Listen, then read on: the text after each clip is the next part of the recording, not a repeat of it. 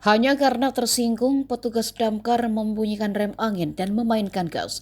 Seorang sopir truk pengangkut motor melakukan pemukulan. Petugas damkar itu diketahui bernama Ardiansyah.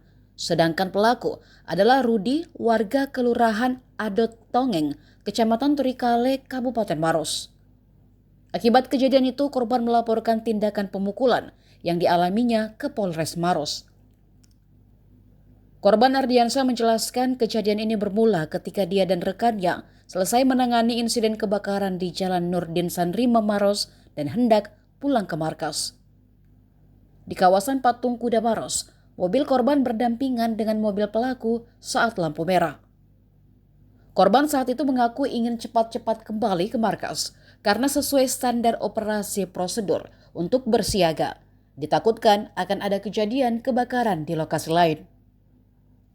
Ia lalu hendak melambung mobil pelaku, namun gagal karena lokasi yang tengah macet. Karena terhalangi kendaraan lainnya, dirinya membunyikan rem angin hingga akhirnya membuat pelaku tersinggung.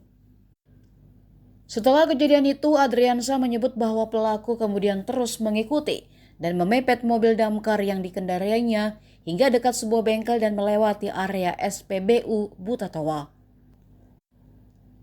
Pelaku terus mengikuti mobil korban hingga akhirnya mendahului tiba di depan kantor damkar Maros. Pelaku kemudian menghentikan kendaraannya lalu turun untuk memukul Ardiansyah ketika hendak memutar balik mobilnya. Setelah keributan ini, Ardiansyah menuturkan rekan-rekannya sesama anggota damkar Maros turut membantunya untuk menyelamatkan diri. Korban pun langsung diamankan dibawa ke dalam kantor. Sementara itu, pelaku berhasil diamankan di rumahnya di Kelurahan Adot Tongeng, Kecamatan Turikale, Kabupaten Maros.